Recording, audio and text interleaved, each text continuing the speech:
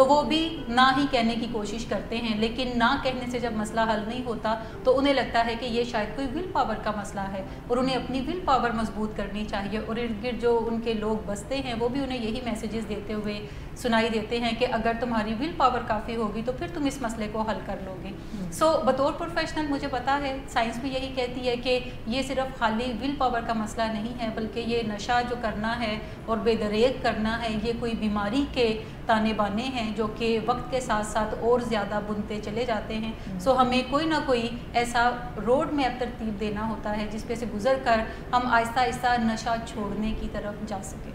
اچھا، میں نے اکثر اپنے پیشنٹس کے منہ سے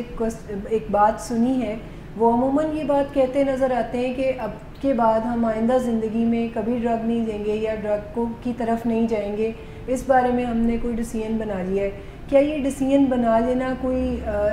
آسان بات ہے یا یہ کافی ہو جاتا ہے کہ ہم ڈیسیژن بنا لیں کہ ہم نے؟ دیکھیں، کوئی بھی فیصلہ کرنا بہت آسان ہے، لیکن اس فیصلے پہ قائم رہنا یہ مشکل مرحلہ ہے، اور کسی بھی ایک فیصلے کو کرنے اور اس کے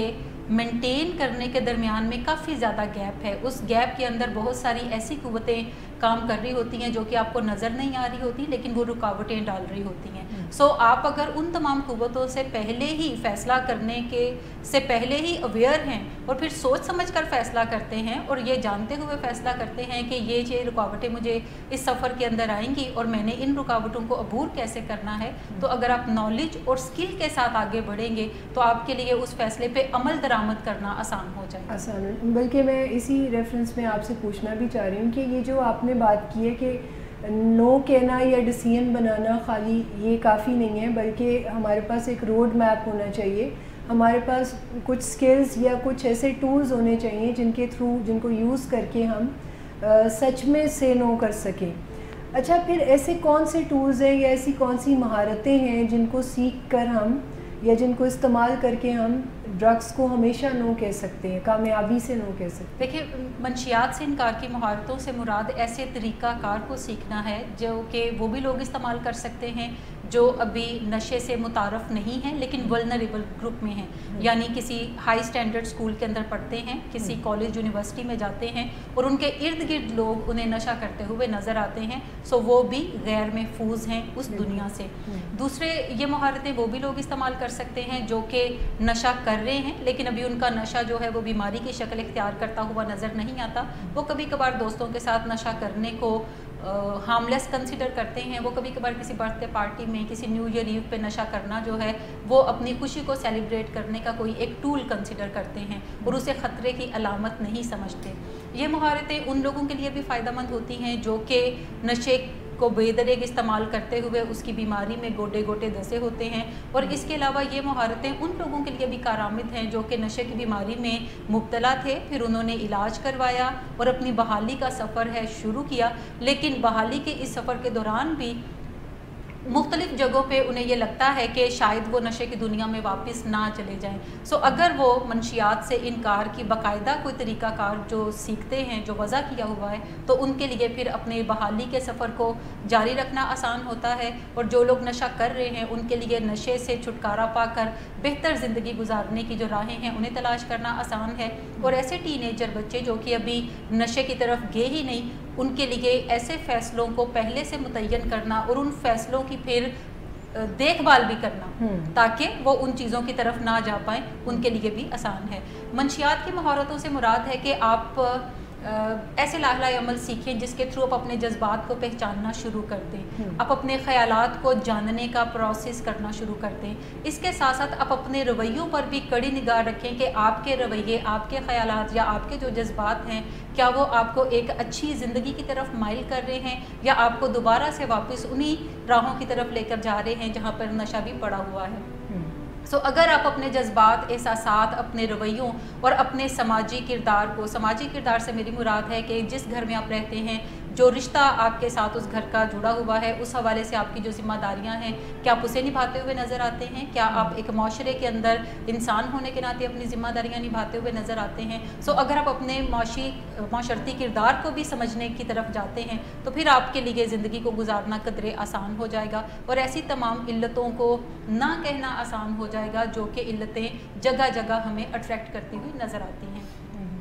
سو اگر میں کہوں کہ منشیات سے مراد ہے کہ ان چیزوں کی طرف جانا یا ان چیزوں کو سیکھنا یا اس روڈ میپ پہ سفر کرنا شروع کر دینا جو آپ کو قدم بہ قدم جو ہے وہ نشے کی دنیا سے دور لے کر جاتا ہے، تو یہ زیادہ آسان چیز ہوگی کوئی. صحیح. اچھا، کیا طریقہ ہے جس سے ہم یہ آئیڈینٹیفائی کریں کہ ہمارے اپنے ٹریگرز کیا ہیں، ہمارے پرسنل ٹریگرز؟ جیسے آپ نے کہا کہ ہماری کچھ تھاٹس یا ہمارے کچھ بیہیویئرز یا سوسائٹی کے ساتھ جو ہمارا ریلیشن شپ ہوتا ہے وہ ٹھیک نہیں ہوتا. زیادہ تر لوگوں کو تو چونکہ ہمارے برین کا میکینزم ہے کہ ہم ڈینائل میں رہتے ہیں،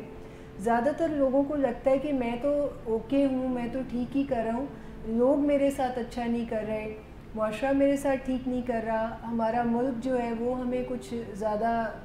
چیزیں نہیں نوازتا نظر آ رہا، یا حکومت اچھی نہیں ہے. اب یہ ساری ہمیں کیسے پتہ چلے کہ یہ وہ ٹریگرز ہیں جس میں ہم اپنے آپ کو ان ایزی کر رہے ہیں یا ہم اپنی لائف میں کوئی ویکیوم کریٹ کر رہے ہیں؟ کوئی آئیڈینٹیفیکیشن؟ دیکھیں، ایسے لوگ جو کہ بحالی کے سفر پہ ہیں، نشہ چھوڑ کر علاج کروا کر وہ زندگی کو بہتر بنانے کی تگدوں میں شامل ہیں، ان کے لیے ضروری ہے کہ وہ ان ابتدائی نشانیوں کو پہچاننا شروع کر دیں جو کہ انہیں نشے کی طرف راغب کرتی ہیں. یعنی اپنے ان جذبات، ان احساسات کو، ان رویوں کو پہچاننا شروع کر دیں جو پریویسلی جب بھی ان کے ساتھ پیش آتے تھے تو وہ نشے سے ہیلپ لینے کے لیے جاتے تھے.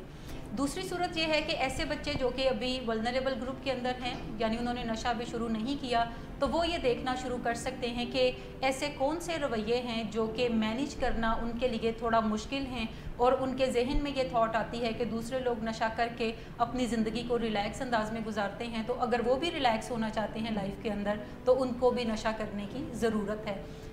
بنیادی ایک فیکٹر ہے کہ نشے جو ہیں وہ کوئی کیمیکل ہیں جو آپ کے جسم کے اندر موجود کسی کمی کو دور کرنے والے ہیں. یہ جو آپ کو اکثر لوگ کہتے ہوئے نظر آتے ہیں کہ میں نشہ اس لیے میں نے کرنا شروع کر دیا کہ مجھے فرینڈز نے آفر کیا، میں نے اس لیے کرنا شروع کر دیا کہ میرے گھر پہ تھا، اس وقت تک نشہ کوئی نہیں کرتا جب تک کہ اس کے جسم میں کسی خاص چیز کی کمی نہ ہو، اس کے پاس کچھ سکلز کی کمی نہ ہو. اور سٹریس ایک ایسا فیکٹر ہے، یا موڈ مزاج کو مینیج نہ کر پانا ایک ایسا اہم فیکٹر ہے جو کہ ہر روز ہم تمام لوگوں کو ہی درپیش ہوتا ہے. کہ کبھی کوئی انسیڈنٹ ہو گیا جس سے موڈ خراب ہو گیا، کبھی ہمارا جو کاؤنسلر ہے وہ نہیں جیتا تو ہمارا موڈ خراب ہو گیا، کبھی بیوی کے ساتھ ناراضگی ہو گئی تو موڈ خراب ہو گیا، کبھی بچے تنگ کرتے ہیں تو موڈ مزاج خراب ہونے کی طرف جاتا ہے، یا ٹیچرز جو ہیں وہ اسٹڈی کا سٹریس کافی دیتے ہیں تو اس سے ہمارا موڈ مزاج خراب ہوتا ہے. یا مرضی کی چیزیں نہیں ملتی، یا مرضی کے مطابق لوگ ہمارے ساتھ برتاؤ نہیں کرتے تو ہمیں سٹریس آتا ہے، ہمارا موڈ خراب ہوتا ہے. سو اس موڈ کی درستگی کے لیے بہت سارے بچے جو ہیں وہ نشے کا سہارا لینے کے لیے جاتے ہیں.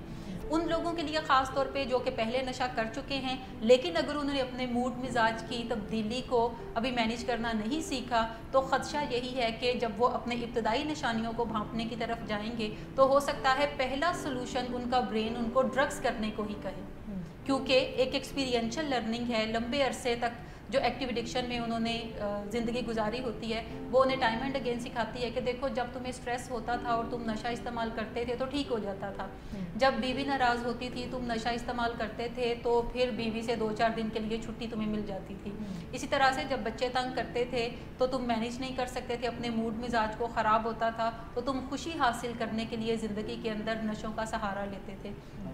سو بنیادی چیز ہے کہ ان ابتدائی نشانیوں کو پہچاننا، ان احساسات، ان رویوں کو، ان تھاٹس کو آئیڈینٹیفائی کرنا جو کہ آپ کو نشے کی طرف لے کر جا سکتی ہیں. اگر میں تھاٹس کی بات کروں تو اگر کوئی شخص نشے کو چھوڑ چکا ہے لیکن نشہ کرنے کو فینٹیسائز کرتا ہے، شراب پینے کو فینٹیسائز کرتا ہے اور خیالوں میں یہ سوچتا ہے کہ جب وہ کرتا تھا تو بڑا مزہ آتا تھا اور اس کے مطابق اس نے اپنی کوئی خیالی دنیا سجا لی ہے جو کہ ریکوری میں اس کو ہیلپ کرتی ہے، تو ایکچولی یہ ہیلپ جو ہے یہ لمبے عرصے کی نہیں ہوگی بلکہ جلد ہی وہ دوبارہ نشوں کی دنیا کی طرف رجوع کرے گا.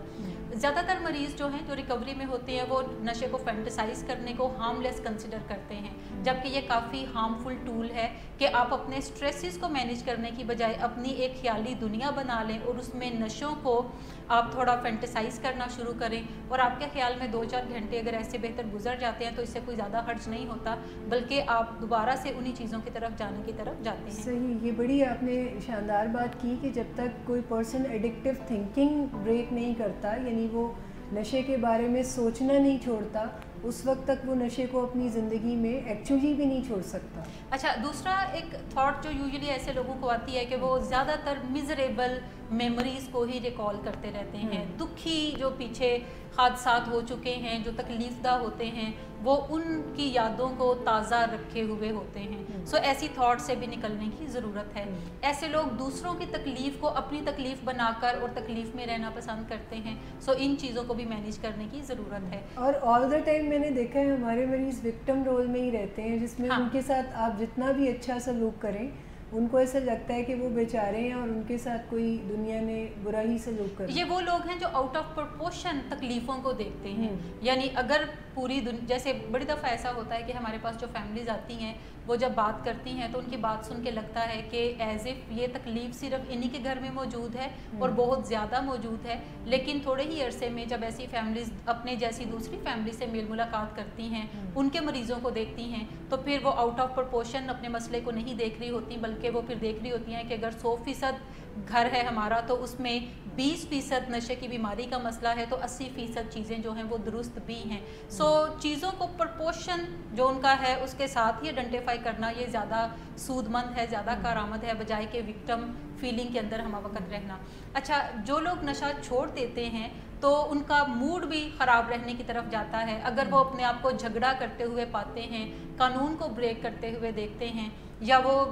بدنیتی کا شکار ہوتے ہیں, تو ان کے مطابق یہ کوئی زیادہ بڑا مسئلہ نہیں ہے بلکہ عام سا مسئلہ ہے. جبکہ اگر کوئی شخص قانون توڑتا ہے تو اس کا مطلب ہے کہ وہ جو رولز ہیں سوسائٹی کے یا قانون کے رولز جو ہیں وہ انہیں اوبے نہیں کرنا چاہتا, جھگڑا کرنے کی طرف جاتا ہے, اریٹیٹڈ زیادہ رہتا ہے, تو اس کا مطلب ہے کہ وہ اپنے موڈ مزاج کو مینیج نہیں کر پا رہا, بلکہ وہ ان جھگڑوں کے آگے جو نتیجہ نکالے گا وہ دوبارہ نشہ کرنے کا نکالے گا. اس کے علاوہ کسی شخص کا بدنیت ہونا بھی اسے دوبارہ نشوں کی طرف لے کر جا سکتا ہے.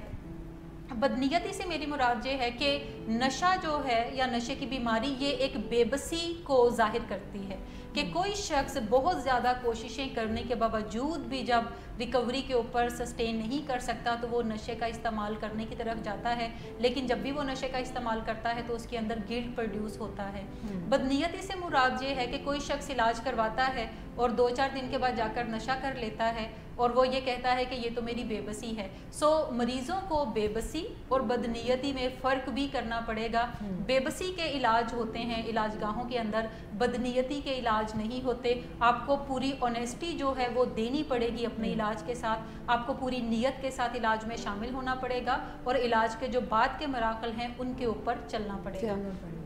اچھا, ایسے جو لوگ ہیں ان کو یہ بھی تھاٹس آتی ہیں کہ اگر وہ دوائی نہیں بھی کھائیں گے تو کوئی بھی حرج نہیں ہوگا, اور اس کے علاوہ وہ کوئی ایکسیپشنل ہیں باقی مریضوں جیسے جو رولز اور ریگولیشنز ہیں علاج کے وہ ان کے اوپر لاگو نہیں ہوتے. انہیں یہ بھی تھاٹ آتی ہے کہ اب کی بار جب وہ نشہ کریں گے تو وہ کنٹرول کر کے زیادہ کر سکتے ہیں, نشہ کوئی بے دریغ وہ نہیں کریں گے. انہیں یہ بھی تھاٹ آتی ہے کہ اگر ایک آدھ دفعہ وہ چوری چھپے کر لیں گے تو اس سے کوئی زیادہ فرق نہیں پڑے گا. یہ تمام وہ سوچیں ہیں جو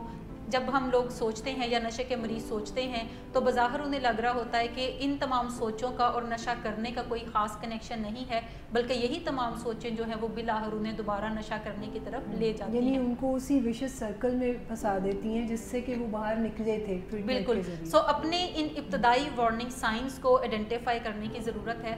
ایک چیز یہ بھی ہمیں جاننے کی ضرورت ہے کہ جب بھی کوئی نشہ چھوڑتا ہے تو نشہ چھوڑنے کے بعد اسے کچھ تکلیفوں کا بھی سامنا کرنا پڑتا ہے جو کہ فزیکل وڈرول کی صورت میں یا نفسیاتی وڈرول کی صورت میں آتی ہیں. یعنی جب نشہ باڈی سے نکل رہا ہوتا ہے تو جسم تکلیفوں کا شکار ہوتا ہے, جب نشہ جسم سے نکل جاتا ہے تو پھر ہمارا برین جو ہے وہ تکلیفوں کا شکار ہوتا ہے, جس میں کچھ پرومیننٹ تکلیفیں سامنے نظر آتی ہیں. جیسے نشہ چھوڑنے کے بعد لوگ زیادہ سٹریس کے اندر رہتے ہیں, نشہ چھوڑنے کے بعد لوگ زیادہ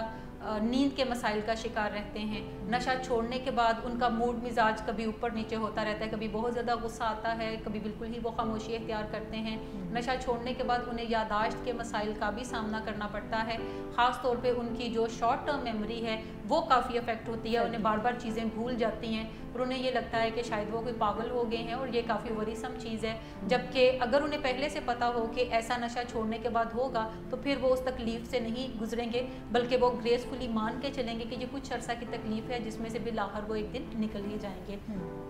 اس کے علاوہ صحیح سوچنے میں بھی مشکلات کا سامنا انہیں کرنا پڑتا ہے. کوئی ایک تھاٹ بار بار ان کے ذہن میں آتی ہے اور اس سے پیچھا چھڑانا ان کے لیے مشکل ہوتا ہے. بعض اوقات کسی چیز پہ توجہ مرکوز کرنا ان کے لیے مشکل ہوتا ہے. بعض اوقات ایبسٹریکٹ ریزننگ جو ہے ان کے لیے مشکل ہوتی ہے کہ بہت ساری چیزوں کو وہ کلیئرٹی کے ساتھ نہیں سوچ سکتے.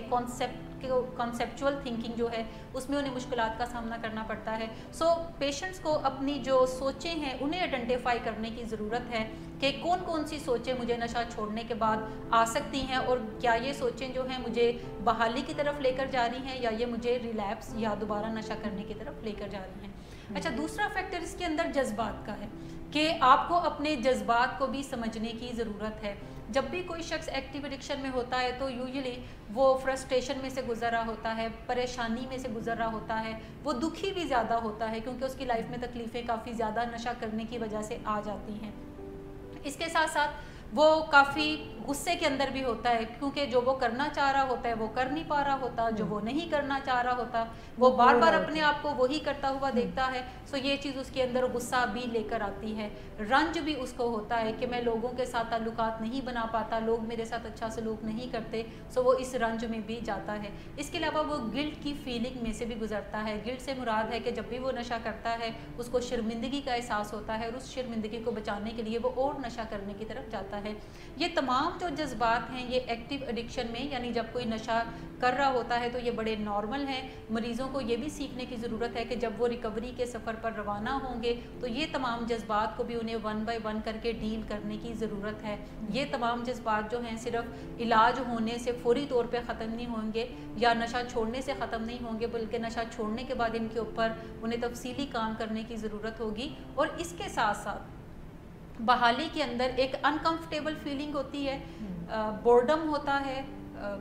ناخوشی ہوتی ہے, آپ کو کچھ اچھا نہیں لگ رہا ہوتا, آپ کو گھر والے اچھے نہیں لگ رہے ہوتے, آپ کو اپنا آپ اچھا نہیں لگ رہا ہوتا, آپ کو کاؤنسلرز اچھے نہیں لگ رہے ہوتے, آپ کو روز علاج میں جانا یا علاج میں رہنا جو ہے وہ اچھا نہیں لگ رہا ہوتا. سو ان تمام جو ہمارے جذبات ہیں انہیں گریسفلی ایکسیپٹ کرنا پڑے گا. اچھا, یہاں پر میں چاہوں گی آپ یہ ضرور ہمارے ناظرین کو بتائیں کیونکہ زیادہ تر فیملیز جب علاج کے بعد یا علاج کے دوران اپنے مریض کے چہرے پہ خوشی نہیں دیکھتے تو وہ کوشش بھی کر رہے ہوتے ہیں کہ ہم کسی نہ کسی طرح ان کا موڈ اچھا کریں, ہم کوئی ایسی چیز ان کے لیے کریں کیونکہ وہ ان کے ساتھ ایک محبت اور پیار کے رشتے میں ہوتے ہیں. تو یہاں پر یہ بات بتانا بڑا ضروری ہے کہ اب ان کا موڈ جو خراب ہے وہ کسی دوسرے پرسن کی وجہ سے نہیں ہے, وہ اپنی وجہ سے نہیں ہے, بلکہ وہ اس برین کیمیکل کی ڈیفیشنسی کی وجہ سے جو ڈرگز نے کریٹ کی ہے. سو یہ ایک بہت میرا خیال ہے اہم بات ہے. ایک بڑا ہی انٹرسٹنگ فینومینن ہے کہ جب بھی فیملیز اپنے پیشنٹ کو نشے سے بحالی کی طرف لے جانے کی تگودو کر رہی ہوتی ہیں تو سم ہاؤ وہ خود کو بعض اوقات گلٹی بھی محسوس کرتے ہیں کہ شاید ہماری وجہ سے یہ ناخوش ہے, اور یہ بات کبھی نہ کبھی وہ وربلائز بھی کرتے ہیں اور پیشنٹ پھر کہتا ہے کہ ہاں میں آپ لوگوں کی وجہ سے ناخوش ہوں کیونکہ آپ نے میرا نشہ چھڑوا دیا. سو گلٹی ہونے کی بجائے ایسی فیملیز کو محبت سے بات چیت کرنے کی ضرورت ہے, ایک انڈرسٹینڈنگ سے بات چیت کرنے کی ضرورت ہے. انہیں یہ کہنے کی ضرورت نہیں ہوتی کہ نشہ چھوڑنا کون سا مشکل کام تھا کیونکہ انہوں نے کبھی چھوڑا نہیں ہوتا. اچھا, جو کام ہم نے زندگی میں کبھی کیا نہیں ہوتا ہمیں وہ بڑا آسان لگتا ہے. یہی وجہ ہے کہ اکثر جب آپ کسی بھی شخص کو اپنا مسئلہ بیان کرتے ہیں تو وہ کوئی 20 مشورے آپ کو دے دیتا ہے کہ یہ کر لیں, یہ کر لیں, یہ کر لیں. اور اگر آپ اس بندے سے پوچھ لیں کہ ان مشوروں کے اوپر کبھی آپ نے خود بھی عمل کیا ہے تو وہ کہے گا کہ میں نے کبھی عمل نہیں کیا لیکن میرا خیال ہے کہ آپ کے لیے یہ کافی افیکٹو ہے. سو ایسے مشوروں سے پرہیز ہی ضروری ہے. کرنا یہ چاہیے کہ فیملی جب بھی بات کرے پیشنٹ کے ساتھ تو اس کے ساتھ تکلیف کو ضرور ایکسیپٹ کرے, اس کی تکلیف کو مانے اور اسے وربلائز کرے کہ ہمیں پتہ ہے کہ آپ تکلیف میں ہیں لیکن جو بھی چیزیں ہم کر رہے ہیں وہ کرنا مجبوری ہیں کیونکہ علاج کا یہی تقاضا ہے. دوسرا, فیملی ممبرس کو یہ بھی انڈرسٹینڈ کرنے کی ضرورت ہے کہ نشہ چھوڑنے کے بعد جو نتیجہ ہے وہ ہیلتھ میں تو ضرور نکلتا ہے, وہ خوشی نہیں ہوتا. یعنی نشہ چھوڑنے کا جو آؤٹ کم ہم لینا چاہتے ہیں وہ ہم لینا چاہتے ہیں ایک ہیلدی پرسن کو جو کہ اپنی ذمہ داریوں کو سنبھالے, اپنے جو فزیکل ہیلتھ ہے اس کا خیال رکھے, اپنی ذہنی ہیلتھ کا خیال رکھے. اس کا یہ نتیجہ ہم نہیں چاہ رہے ہوتے کہ یہ دکھی کوئی بڑا بندہ ہے اور علاج کے بعد یہ خوش ہو جائے گا. سو خوش جو ہے یہ علاج کا آؤٹ کم نہیں ہے, ہیلتھ علاج کا آؤٹ کم ہے. سو اپنے جو آؤٹ کم ہے اس پہ توجہ آپ کی رہنی چاہیے کہ اگر آپ کا پیشنٹ فی الحال خوش نہیں بھی ہے لیکن وہ ہیلتھ کی طرف رواں دواں نظر آتا ہے تو اسی کو ہی کافی سمجھیں. بالکل. خوش جو ہے جب وہ کوئی ہیلدی ہو جائے گا تو پھر اس کے نتیجے میں کوئی خوشی بھی آگے چل کے آ جائے گی, لیکن ہیلتھ ابھی بگننگ کا آؤٹ کم نہیں ہے. سو نہ خوشی پیشنٹ کے چہروں پہ نظر آنا, اس کے علاوہ انکمفرٹیبل, بورڈم, یہ تمام وہ چیزیں ہیں جو کہ مریضوں کو بھی ماننے کی ضرورت ہے گریسفلی, اور مریضوں کے ساتھ ساتھ ان کی فیملیز کو بھی ماننے کی ضرورت ہے. سو یہ تمام چیزیں اگر ہم ابتدائی نشانیوں کو پہچانیں اور کوئی مثبت ایکشن لیں ان ابتدائی نشانیوں کو مینیج کرنے کا, تو پھر ہمارے لیے ریکوری کا سفر جو ہے اس کو مینیج کرنا آسان ہے. یا ایسے لوگوں کے لیے جنہوں نے نشہ شروع نہیں کیا, اگر اپنے وہ جذبات کو پہچاننے کی طرف جائیں تو ان کے لیے پھر آگے کا سفر طے کرنا مشکل آسان ہوگا. بالکل, ان کے ایموشنز میں وہ ویکیوم ہی کریٹ نہیں ہوگا جس میں کہ پھر کسی یعنی خالی پن کو دور کرنے کے لیے وہ کوئی نہ نشوں کوئی کی ضرورت پڑے. ٹھیک ہے. اچھا, دوسری ایک اہم فیکٹر ہے, جیسے میں نے ابتدائی نشانیوں کی بات کی, تو دوسرا اہم فیکٹر ہے کہ وہ اپنی ایڈکٹیو تھنکنگ کو بھی مینیج کرنا سیکھیں. صرف نشہ چھوڑنا کافی نہیں, نشہ چھوڑنے کے ساتھ ساتھ جو نشئی سوچیں ہیں ان کو بھی مینیج کرنا ضروری ہے. اور نشئی سوچوں سے میری مراد ہے کہ جب کوئی شخص اپنے زندگی کے تمام حالات و واقعات کو نشے کی مدد سے ہی ڈیل کرنے کو سلوشن سمجھے, تو سمجھ رہے ہیں کہ یہ نشئی سوچیں ہیں. کہ کوئی بھی زندگی میں مسئلہ آتا ہے تو اسے لگتا ہے کہ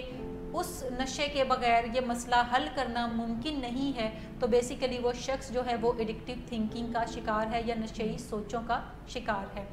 اس کی ایک سادہ سی مثال ہم یہ سمجھ لیتے ہیں کہ اکثر لڑکے یا لڑکیاں جب بھی کسی ریلیشن شپ میں جاتے ہیں, کسی لو ریلیشن شپ کے اندر جاتے ہیں یا کسی فرینڈ شپ ریلیشن شپ کے اندر جاتے ہیں, تو بعض اوقات وہ یہ سمجھتے ہیں کہ زندگی میں اگر یہ بندہ نہ ہوا تو پھر ایسی زندگی کا کوئی فائدہ ہی نہیں ہے, اور زندگی میں وہ کچھ بھی نہیں کر سکتے اگر یہ شخص جو ہے ان کے ساتھ نہیں ہے. سو یہ بھی ایڈکٹیو تھنکنگ ہے جو کہ آپ کو ریلیشن شپس کے اندر بھی نظر آتی ہے. کچھ دن پہلے ایک فیملی سے مجھے ملنے کا اتفاق ہوا جو ہسبینڈ اینڈ وائف تھے. تو ہسبینڈ اس میں سے مجھے ذکر کر رہے تھے کہ مجھے ذرا یہ بتائیں کہ یہ جب بھی مجھے کوئی لائف میں مسئلہ ہوتا ہے تو میرے لیے اتنا پرابلم نہیں ہوتا, لیکن جب میری بیوی بھی ناراض ہوتی ہے اس مسئلے کے دوران تو پھر آپ سمجھیں کہ میں زیرو پہ آ جاتا ہوں. سو یہ وہ ایڈکٹیو ریلیشن شپ ہے جو کہ ایون میاں بیوی کے درمیان بھی بعض اوقات آپ کو نظر آتا ہے. اور جہاں پہ بھی کو ڈیپینڈنٹ ریلیشن شپ, جہاں پہ بھی لو ریلیشن شپ ہوگا, وہاں پہ ایڈکٹیو ریلیشن شپ یا ایڈکٹیو تھنکنگ بھی آپ کو نظر آئے گی. سو مریضوں کو ایڈکٹیو تھنکنگ سے بھی نجات حاصل کرنے کی ضرورت ہے, اور ایڈکٹیو تھنکنگ سے نجات حاصل کرنے کے لیے انہیں سب سے پہلے 2 سوال خود سے پوچھنے کی ضرورت ہے. نمبر 1 کہ وہ اس وقت کیا محسوس کر رہے ہیں, کیا وہ کنفیوزڈ ہیں, کیا وہ پشیمان ہیں کسی بات پہ, کیا وہ گلٹی فیل کر رہے ہیں, کیا وہ غصے کے اندر ہیں, کیا وہ نیگیٹو سوچوں کے اندر ہیں. اور اگر وہ آئیڈینٹیفائی کر لیتے ہیں کہ رائٹ ناؤ ان کے جذبات کیا ہیں, تو پھر انہیں ان جذبات کو آگے حل کرنے کی ضرورت ہے. جتنے بھی جذبات پہ میں بات کرتی ہوں کہ ایکٹیو ایڈکشن کے اندر زیادہ تر منفی جذبات ہوتے ہیں, انہیں اچھا یا برا سمجھنے کی بجائے انہیں ہمیں صرف جذبات ہی سمجھنے کی ضرورت ہے اور ان کا لفظوں میں اظہار کرنے کی ضرورت ہے. جب بھی کوئی پیشنٹ یا کوئی بھی شخص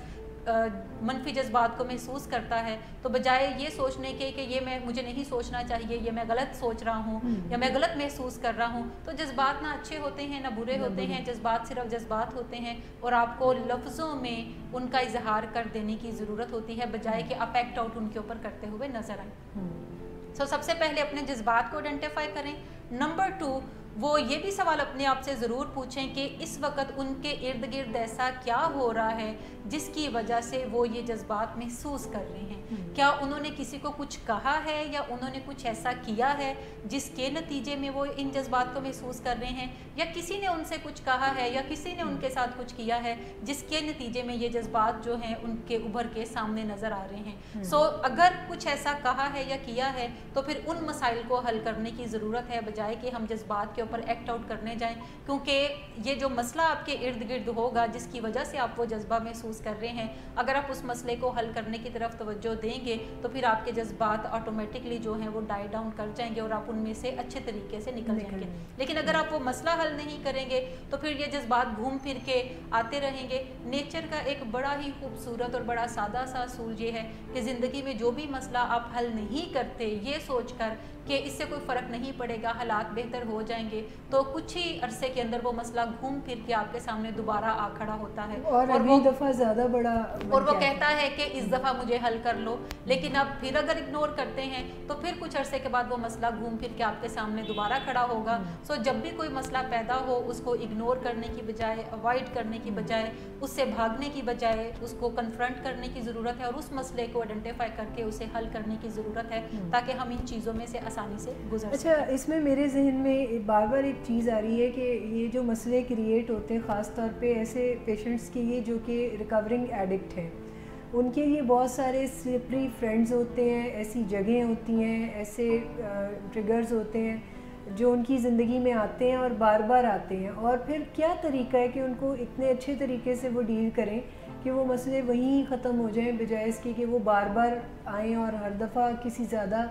بڑی انرجی کے ساتھ آئیں. اچھا, منشیات سے جو ہم انکار کی مہارتوں کی بات کر رہے ہیں, تو اس میں سے تیسرا اہم فیکٹر ہائی رسک سچویشنز کو آئیڈینٹیفائی کرنا ہے. ہائی رسک سچویشن سے مراد ہے کہ ایسی کون سی صورتحال آپ کی زندگی میں آگے چل کے پیدا ہو سکتی ہے یا ابھی پیدا ہے جس سے آپ دوبارہ سے نشے کی طرف جا سکتے ہیں. جیسے جن جن جگہوں پہ آپ بیٹھ کے نشہ کرتے تھے, آپ وہاں جانے سے اجتناب برتتے ہیں, تو یہ سمجھا جائے گا کہ کوئی ریکوری کی طرف جانے کا رستہ ہے. لیکن اگر آپ وہاں پر جا کر بیٹھتے ہیں اور انہی دوستوں کے ساتھ ملتے ہیں اور آپ کا یہ خیال ہوتا ہے کہ میں ڈرگز نہیں کروں گا, میں صرف ان کی کمپنی کو انجوائے کروں گا, تو ہو سکتا ہے آپ کوئی 6-8 دفعہ ڈرگز نہ بھی کریں, لیکن 9ویں دفعہ جب آپ جائیں تو دوسرے لوگ جو ہیں وہ آپ کو ڈرگ آفر کرنے کی طرف جائیں اور آپ کے لیے انکار کرنا مشکل ہو جائے. یہ بھی ممکن ہے کہ آپ پھر کوئی 6 دفعہ انہیں انکار کر لیں, لیکن پھر 7ویں دفعہ آپ سے انکار کرنا مشکل ہوگا اور آپ ڈرگز کرنا شروع کر دیں گے. سو بجائے کہ آپ اگلا یہ سارا سینیریو بلڈ کریں, آپ کو ایسی جگہوں پر جانے سے پرہیز کرنا چاہیے جہاں پر آپ بیٹھ کے نشہ کرتے رہے تھے. آپ کو ایسے فرینڈ سے ملنے سے پرہیز کرنا چاہیے جو نشے کے آپ کے ساتھی ہیں. ایون جو اسموکرز ہیں انہیں بھی کوشش کر کے اوائڈ کرنے کی طرف جائیں. اس کے علاوہ ایسے تمام لوگ جنہیں دیکھ کے آپ کو غصہ آتا ہو یا جنہیں دیکھ کے آپ کو لگتا ہو کہ یہ آپ کے لیے کوئی ٹرکی سچویشن ہے, یہ موڈ آپ کا خراب کرے گی اور آپ مینیج کرنے کے لیے ڈرگس کا سہارا لیں گے, ایسے لوگوں سے بھی ملنے سے اجتناب کریں, انہیں اوائڈ کرنے کی طرف جائیں. یا تو اپنے معاملات درست کر لیں جو بھی معاملات ان کے ساتھ ہیں, اگر فرض کریں آپ فی الحال معاملات نہیں درست کر سکتے تو آپ انہیں اوائڈ کرنے کی طرف جائیں, تاکہ آپ اپنا موڈ مزاج جو ہے اسے مینیجیبل سٹیٹ کے اندر ہی رکھنے کی طرف جائیں. اچھا, ایک اور چیز آپ کو اکثر گھروں میں نظر آتی ہوگی کہ بہت سارے لوگ جب شراب چھوڑ دیتے ہیں, ڈرگس کا تو خاص طور پہ کوئی ایسا گیجٹ نہیں ہوتا, لیکن شراب جب وہ چھوڑ دیتے ہیں تو پھر وہ شراب کی بوتلوں میں بیلیں سجا لیتے ہیں, شراب کی بوتلوں کو مختلف ڈیکوریشن پیس بنا کے گھروں میں لگا لیتے ہیں. ایسے تمام آبجیکٹ کو اپنے گھر سے نکال دینے کی ضرورت ہے جن کا کوئی نہ کوئی کنیکشن شراب پینے سے بنتا ہو یا ڈرگس کرنے سے بنتا ہو. ڈرگس میں بھی ایسی بہت ساری چیزیں پیشنٹس یوز کرتے ہیں جو کہ پیرافرنیلیا ہوتا ہے نشوں کی دنیا کا, تو وہ نشہ جب چھوڑ دیتے ہیں تو وہ پیرافرنیلیا کسی سوینئر کی طرح سنبھال کے گھر پہ رکھ لیتے ہیں. جیسے اکثر لوگ کسی خاص قسم کا میوزک جو ہے وہ انجوائے کرتے ہیں ڈرگ کے ساتھ ساتھ, اور پھر ڈرگ چھوڑ بھی دیں تو وہ میوزک وہ نہیں چھوڑ رہے ہوتے. ایک بڑی عام سی چیز دیکھنے میں نظر آتی ہے کہ جو لوگ شراب پیتے ہیں وہ تھوڑا دکھی میوزک سننے کی طرف, تھوڑا ریلیکسنٹ میوزک سننے کی طرف جاتے ہیں. جو لوگ دیگر نشے کرتے ہیں وہ تھوڑا ہائی فائی میوزک سننے کی طرف جاتے ہیں. سو کوشش کریں کہ میوزک سے ہو سکتا ہے آپ فل اجتناب نہ کر سکیں, لیکن اپنے جو گانوں کی لسٹ ہے اس میں تھوڑی ویریشن لے کر آ جائیں کہ اس میں کچھ لو میلوڈی کے, کچھ ہائی پچ کے گانے جو ہیں وہ ایڈ کر لیں اور انہیں وقتاً فوقتاً سننے کی طرف جائیں. اسی طرح سے اگر بارش کا موسم آپ کو تنگ کرتا ہے تو سمجھ لیں کہ یہ کوئی ہائی رسک سچویشن ہے کہ آپ بارش کے موسم میں ڈرگس کرتے تھے اور اس کو انجوائے کرتے تھے. سو ایسی سچویشن کے اندر اکیلا مت رہیں بلکہ اپنے ارد گرد سوبر لوگوں کو ساتھ رکھیں. سوبر لوگوں سے میری مراد ہے ایسے لوگ جو کہ نہ تو ڈرگس کرتے ہیں اور نہ ہی سگریٹ پینے کی طرف جاتے ہیں. اگر آپ ان کی کمپنی میں ہیں تو آپ کے لیے اس موسم کو ہینڈل کرنا آسان ہوگا, لیکن اگر آپ اکیلے ہیں تو ہو سکتا ہے آپ کے لیے ہینڈل کرنا اس سے مشکل ہو جائے. سو اپنے آپ کو آسانیوں کی طرف لے کر جائیں بجائے کہ آپ اپنے آپ کو مشکلات کی طرف لے کر جائیں. اسی طریقے سے جو فرینڈس ہیں پچھلے انہیں چھوڑنے کی ضرورت ہوگی. بعض اوقات پیشنٹس یہ کہتے ہیں کہ ہمارے تو تمام دوست ہی وہی تھے, اب ہماری زندگی میں کوئی دوست ہی نہیں, تو اپنی زندگی میں سوبر لوگوں کو بھی دوست بنانے کی طرف جائیں. ایسے تمام بچے جو ہمیں دیکھ رہے ہیں اور وہ کسی اسکول یا یونیورسٹی کے اسٹوڈنٹ ہیں تو وہ ایسے تمام لوگوں سے, ایسے تمام فرینڈس سے اجتناب کریں جو کہ سگریٹ پیتے ہیں یا جن کے بارے میں ان کا خیال ہے کہ یہ تھوڑا بہت کبھی کبھار ڈرگ بھی یوز کرتے ہیں. اور ایسے اسٹوڈنٹس کو اپنے فرینڈس جو ہیں وہ بنانے کی طرف جائیں اور اپنے فرینڈس کانشیسلی بنانے کی طرف جائیں جو کہ ڈرگز استعمال نہیں کرتے, جو کہ پڑھائی میں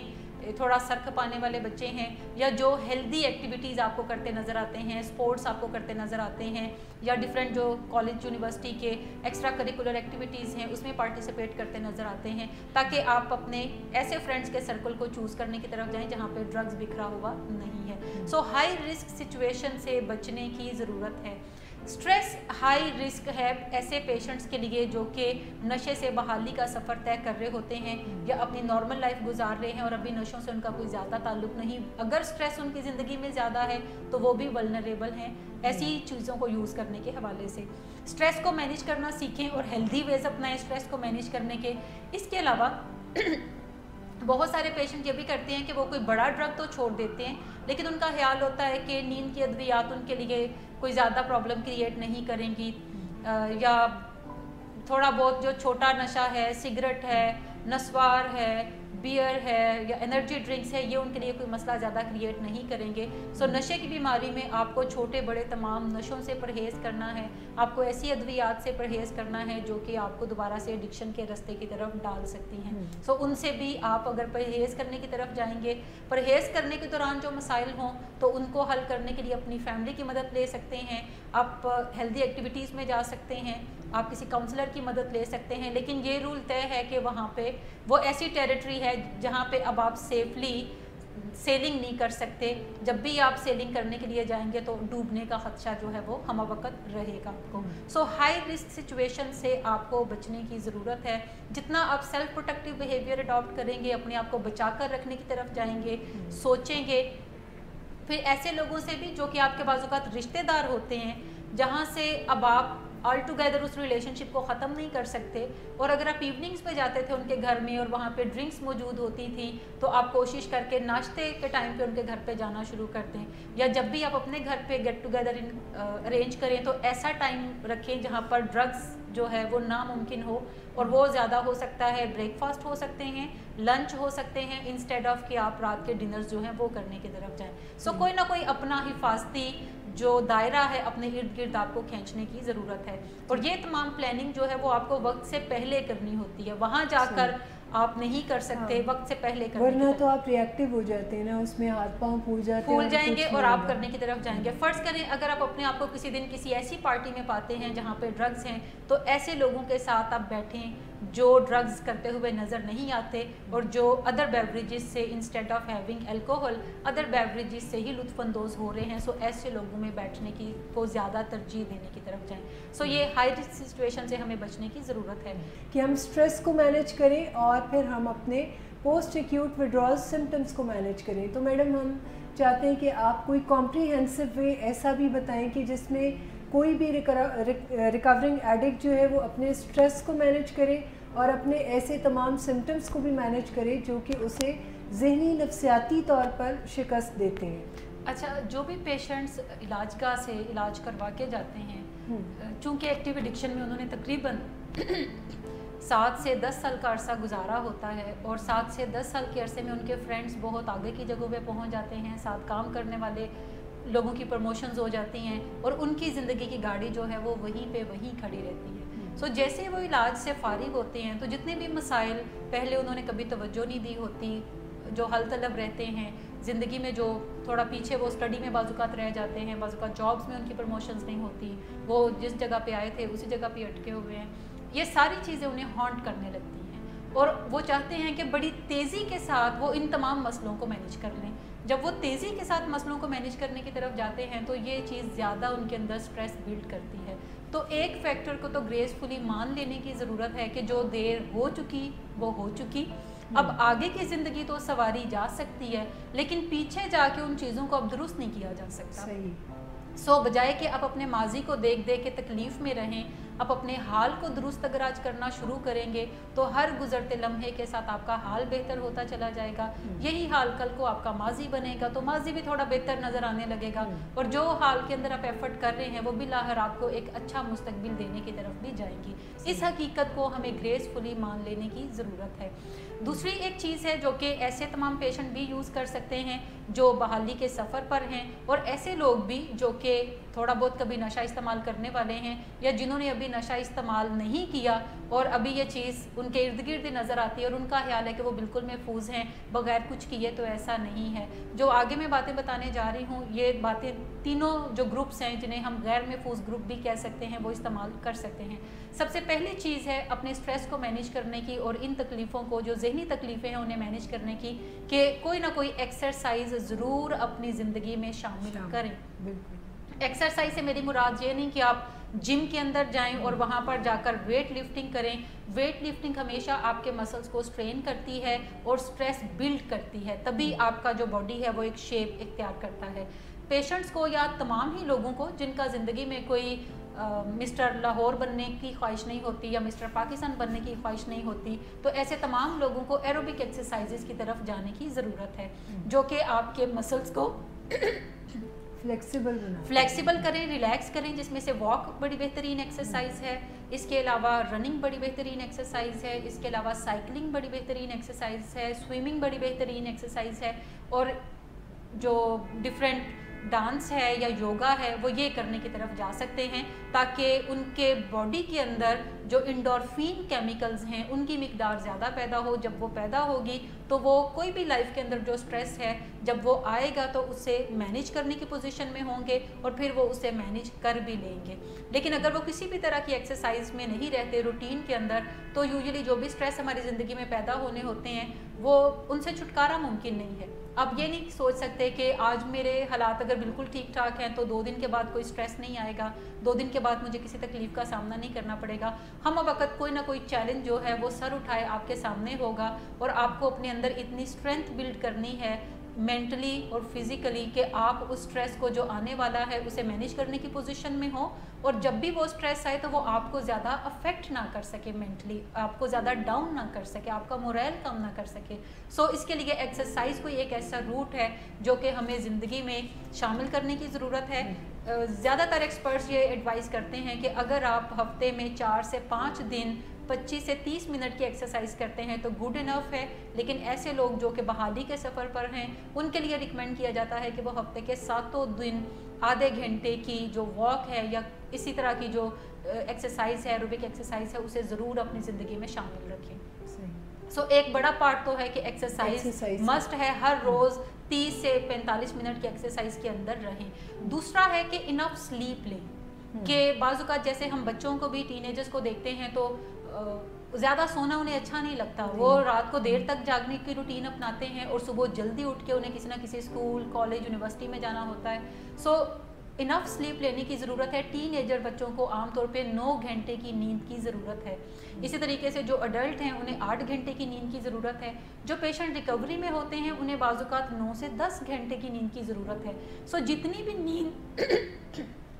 جتنی بھی نیند آپ کو ریکوائرڈ ہے، جس کے بعد آپ اٹھ کر خود کو فریش محسوس کرتے ہیں اور دن کو شروع کرنے کے لیے اپنے آپ کو بہترین انرجیز کے ساتھ پاتے ہیں، اپنی نیند کو آئیڈینٹیفائی کریں کتنی نیند کی ضرورت ہے اور ہر روز اس نیند کو لینے کی طرف جائیں۔ نیند پہ کبھی بھی کمپرومائز نہ کریں۔ جتنی بھی مینٹل ڈس آرڈرز ہیں ان شروع کرنے کا جو نقطہ آغاز ہے وہ نیند کی کمی بھی ہے۔ اگر آپ انف سلیپ لیتے ہیں، ہر روز اچھی سلیپ کو انجوائے کرتے ہیں، تو زیادہ چانسز ہیں کہ آپ کی زندگی میں سٹریس جو ہیں وہ کم ہوں گے، اور جو ہوں گے وہ زیادہ مینیجیبل آپ کے لیے ہوں گے، اور آپ مینٹل ڈس آرڈرز کی طرف نہیں جائیں گے۔ سو دوسرا فیکٹر ہے ایکسرسائز کے بعد کہ نیند اچھی لیں، جتنی بھی آپ کو نیند کی ضرورت ہے۔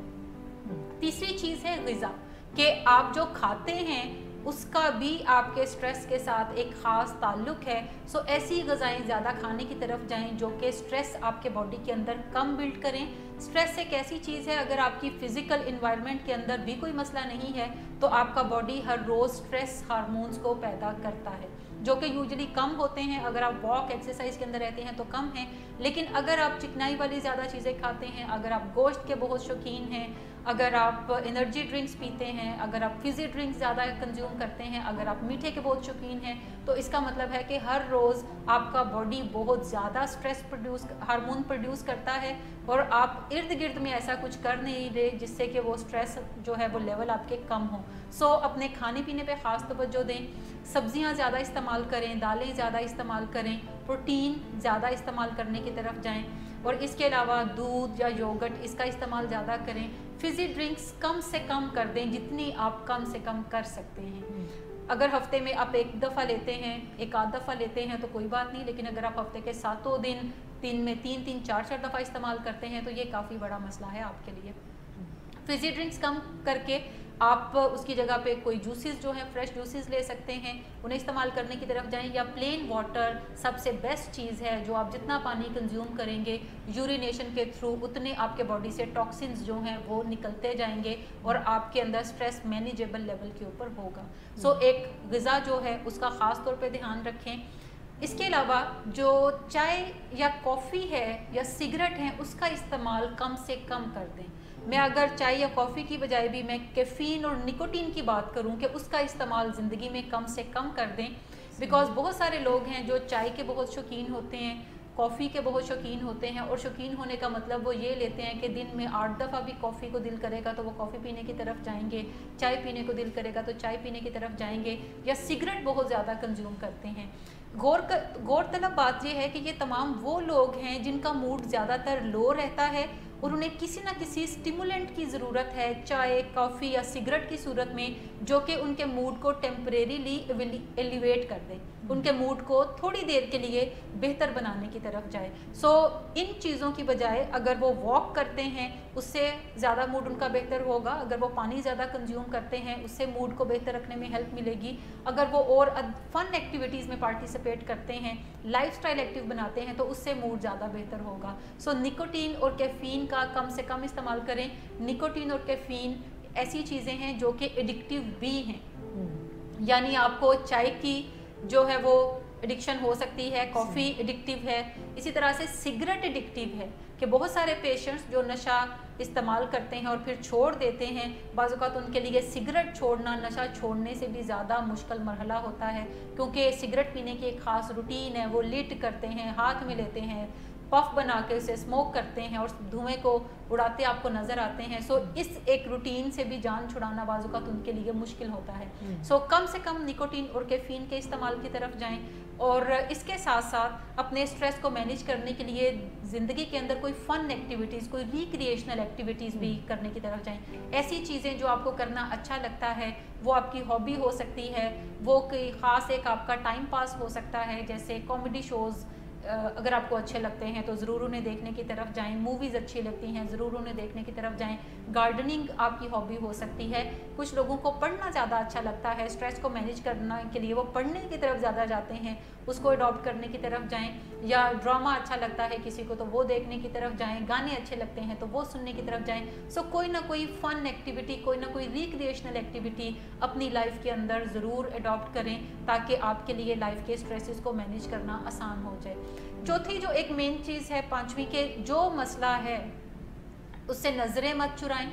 کوئی اسٹریٹجی، کوئی لاحلہ عمل ترتیب دیں. اگر آپ کو مدد کی ضرورت ہے، آپ کو نہیں سمجھ آ رہا تو مدد حاصل کریں. مدد حاصل کر کے کسی خاص ایریا میں اس مسئلے کو حل کرنے کی طرف بھی جائیں. اس کے علاوہ ایسے پیشنٹس جو ریکوری کے اندر ہیں، اگر انہیں انگزائٹی ہوتی ہے، اگر فیلنگز نہیں مینیج کرنا آتی تو وہ اپنے جو سپورٹ گروپس ہیں انہیں جوائن کرنے کی طرف جائیں، یا کسی ایک کاؤنسلر کے ساتھ وہ کاؤنسلنگ میں جا سکتے ہیں تاکہ انہیں ریکوری کے لیے جو ٹولز چاہیے ہیں وہ انہیں وقتاً فوقتاً ملتے رہیں تو ان کے لیے ریکوری کا سفر زیادہ آسان ہو جائے. سو یہ چند ایسی چیزیں ہیں جو کہ کرنے سے ہم نہ صرف ڈرگس میں جانے سے بچ سکتے ہیں، بلکہ اگر ہم نے ڈرگس چھوڑے ہیں اور بحالی کا سفر شروع کیا ہے تو اپنے اس سفر کو زیادہ آگے بڑھا سکتے ہیں. اور اگر ہم کبھی کبھار نشہ استعمال کرنے والے ہیں، ان تمام پروٹیکٹیو رویوں کو استعمال اگر ہم کریں گے تو پھر ہمارے لیے نشوں کو چھوڑنا آہستہ آہستہ زیادہ آسان ہوتا چلا جائے گا. بہت شکریہ میم، بہت ہی یوزفل آج کا پروگرام تھا. مجھے یقین ہے ہمارے ناظرین بھی اس سے بہت زیادہ فائدہ اٹھائیں گے. اور یہاں پر میں اپنے ناظرین کو ایک ایسی آفر دینا چاہتی ہوں کہ اگر وہ بھی کسی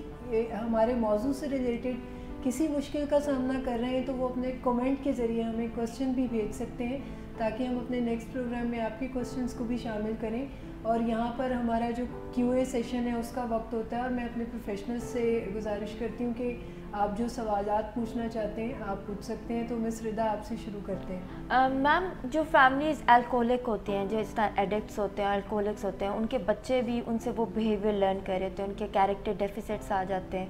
تو ایسے بچے جو اپنے گھر میں دیکھ رہے ہیں اور آگے چل کے وہ نشے میں آ جاتے ہیں, تو میں آپ سے یہ پوچھنا چاہوں گی کہ آپ ایز اے انٹرونشنسٹ ان بچوں کے لیے کس طرح وہ انسائٹ ڈیولپ کر سکتے ہیں کہ وہ کیسے یہ فلاس سے باہر آ سکتے ہیں, یا نشہ وہ کیسے کوئٹ کر سکتے ہیں؟ اچھا, فیملیز الکوہلک نہیں ہوتی, کوئی ایک بندہ گھر میں یا کوئی 2 لوگ گھر میں الکوہلک ہوتے ہیں یا ڈرگ ایڈکٹ ہوتے ہیں. اور آپ جس سینیریو میں بات کر رہی ہیں تو میں یہ ایزیوم کرتی ہوں کہ یہ کوئی پیرنٹ فگر ہے جو کہ ڈرگس کے اندر یا الکوہلزم کے اندر مبتلا ہے, اور ان کے گھر میں کچھ بچے ہیں جن کے بارے میں یہ خدشہ ہے کہ آگے چل کے وہ بھی الکوہل کی طرف نہ چلے جائیں, یا ان کی پرسنالٹی میں جو خلا رہ جاتا ہے اس خلا کو کیسے پورا کیا جائے. سو گھر میں جتنے بھی صحت مند لوگ ہیں, کیونکہ جب ہم ریکوری کا سفر شروع کرتے ہیں تو یہ صرف ایک پیشنٹ کی ریکوری کا سفر نہیں ہوتا, بلکہ یہ پوری کی پوری فیملی کی ریکوری کا سفر شروع ہوتا ہے. سو اس صورت میں بچے جو ہیں وہ بھی کسی نہ کسی کاؤنسلنگ پروسیس کا حصہ بن سکتے ہیں. اس کے علاوہ بڑے جب کاؤنسلنگ پروسیس کا حصہ بنتے ہیں تو وہ یہ سیکھتے ہیں کہ بچوں کے اندر جو لیک آف کانفیڈنس ہے, بچوں کے اندر ایک فیئر ڈیولپ ہو جاتا ہے, انسیکیورٹی ڈیولپ ہو جاتی ہے. اس کے علاوہ بچے آگے فیوچر کی طرف کوئی زیادہ بہتر چوائسیز ہمیں بناتے ہوئے نظر نہیں آتے, کیونکہ ان کی ڈیسیجن میکنگ پاور بھی پور ہونے کی طرف جاتی ہے. سو بڑے جو گھر میں ہیلدی پرسن موجود ہیں وہ بچوں کو گائیڈ کر سکتے ہیں. سب سے بیسٹ ٹول یہ ہے کہ بچوں کے ساتھ بات چیت کریں, انہیں اوپن اپ کریں اپنے ساتھ, الکوہل کے موضوع پہ ان کے ساتھ بات کریں,